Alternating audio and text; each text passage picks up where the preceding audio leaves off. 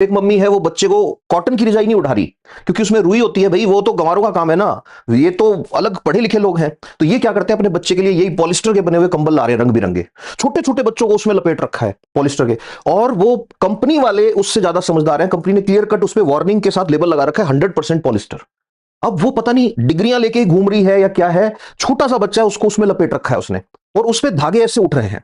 अब कंपेयर करो सिचुएशन कि आप रात को कॉटन की रजाई लेके सो रहे हो, या आप वो खेस बोलते हैं जिसको कॉटन से बनता है वो ले रहे हो, या ऊंट की ऊन से या भेड़ की ऊन से बना हुआ कंबल लेके सो रहे हो सकता है वो कूल नहीं लगे, हो सकता है चुभरा हो सकता है रजाई आपको देखने में सुंदर नहीं लगे। अब आप ले आए खरीद के रंग बिरंगे के चक्कर में पॉलिस्टर वाला, अब वो गर्म बड़ा रहता है। गर्म क्यों नहीं रहेगा, मैंने बताया एयर प्रूफ कर देते हैं। एयर प्रूफिंग के लिए क्या डाला उन्होंने, उन्होंने डाले इसमें परफ्लोरो एल्काइल सल्फोनेट, अभी बताया मैंने। और इससे क्या होता है, कैंसर। अभी सुनते जाना। इसके अलावा जब बन रहा था तो क्या डाला, एंटीमनी डाला। शुरू में पॉलिस्टर जब बनाया था तो ये थोड़ी पता था कि इसके कंबल बना लेंगे लोग, और कूल दिखने के चक्कर में छोटे छोटे बच्चों को वो कंबल उठा रखे हैं। बाद में 10 साल बाद घूमते फिर रहे हैं कि हमारी बेटी के पीसीओडी हो गया, हमारे तो बच्चे के छोटे से कई एलर्जी हो गई, इसके अस्थमा हो गया। अरे उस मम्मी ने किया है जो सिर्फ डिग्रियां लेके घूम रही है, और अपने आप को सुपीरियर दिखाने के चक्कर में हर वो चीज खरीद के ला रही है जिसका टीवी पे ऐड देख लिया या जो फिल्मों में देख ली। एक बार एजुकेशन, उनकी क्वालिफिकेशन तो देखो जिनसे इंस्पायर हो रहे हो। अब हो क्या रहा है, वो जब बच्चा ओढ़ रहा है उसको, तो पॉलिस्टर के माइक्रोफाइबर्स उसके नाक से और उसके मुंह से अंदर जा रहे हैं।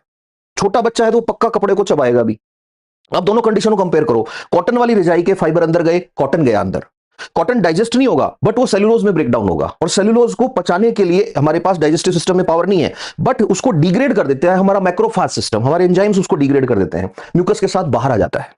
आपको पता है एंटीमनी कैंसर कॉज करता है। अब मैं ये नहीं कह रहा एंटीमनी होगा, छोड़ो, आपके वाला कंबल तो दुनिया का बेस्ट कंबल है, आपका पॉलिस्टर धरती का नंबर 1 पॉलिस्टर है, उसमें एंटीमनी भी नहीं है, उसमें पीएफएस भी नहीं है। बट वो बॉडी में जब जाएगा, सांस के साथ जब उसके फाइबर जाएंगे, मुंह के साथ उसके फाइबर जाएंगे, these chemicals are known as forever chemicals. इनका ना डाइजेशन होगा, ना इनको डिग्रेड करेगा, ना मैक्रोफाज जो है वो इनको कुछ कर सकता है। अब इन्फ्लामेशन हो सकता है, सेल डैमेज हो सकता है, इम्यून सिस्टम जो है उसको ट्रिगर कर सकती है ये चीज।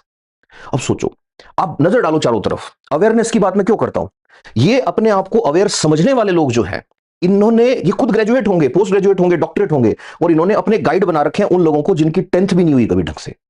क्यों, टीवी पे ऐड आया हम वही लेके आएंगे क्योंकि हम कूल हैं। रजाइयां जो है वो तो अच्छी नहीं लगती ना, कौन रुई भरवाए कौन ये करे।